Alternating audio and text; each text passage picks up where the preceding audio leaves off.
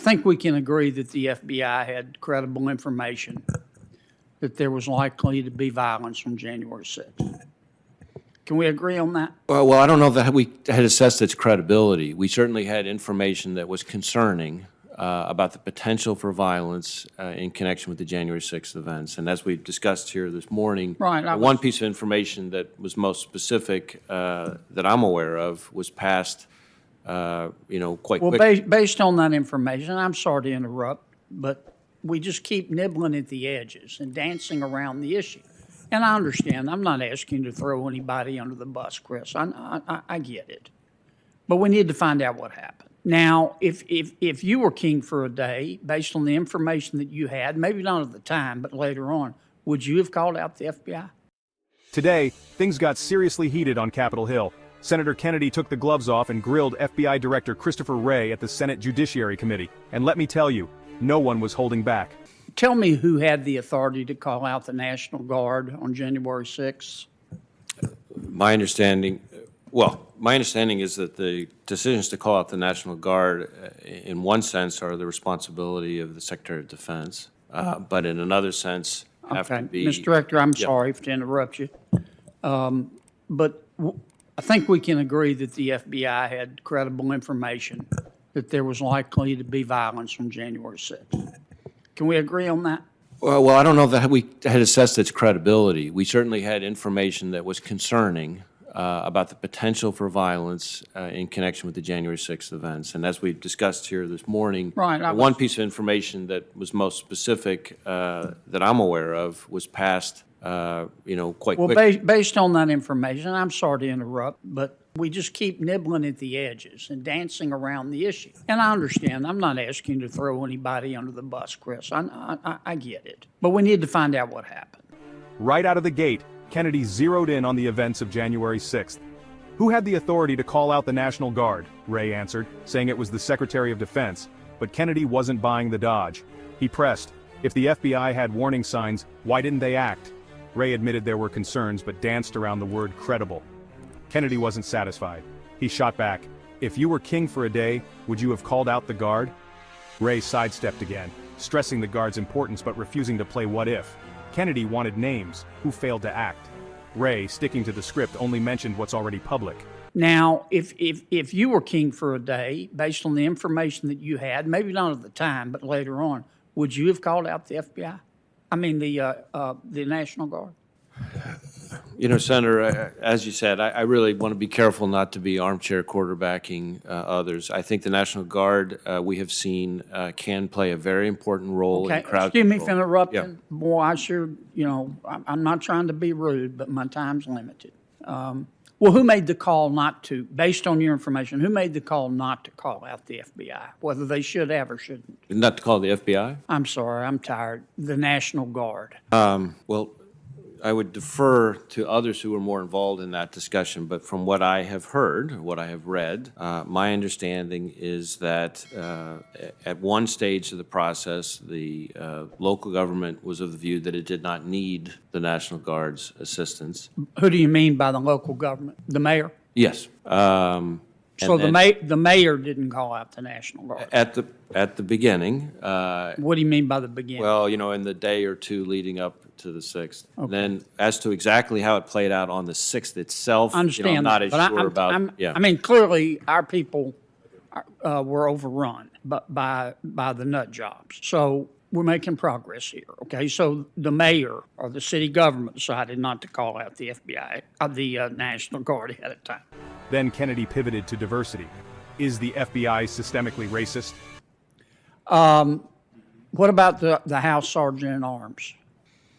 I don't know what role the House Sergeant at Arms played with respect to the National Guard. Okay. How about the Senate Sergeant? Same answer. Okay. How about the Capitol Police, the Chief of Capitol Police? Did the Chief of Capitol Police make the call not to call out the National Guard? I don't know the answer to that. My understanding is that the law enforcement officials here with responsibility over the Capitol, that there were differing views about whether or not the National Guard was appropriate and when at what level, but all I really know on that is what same thing you've seen, in the press coverage of the events. Okay, that's enough on that. I listened to your comments about diversity, and I thank you for your good work there. I think any fair-minded person has to conclude that that diversity is a strength, not a weakness. But this subject comes up a lot, and I think it's going to come up a lot again.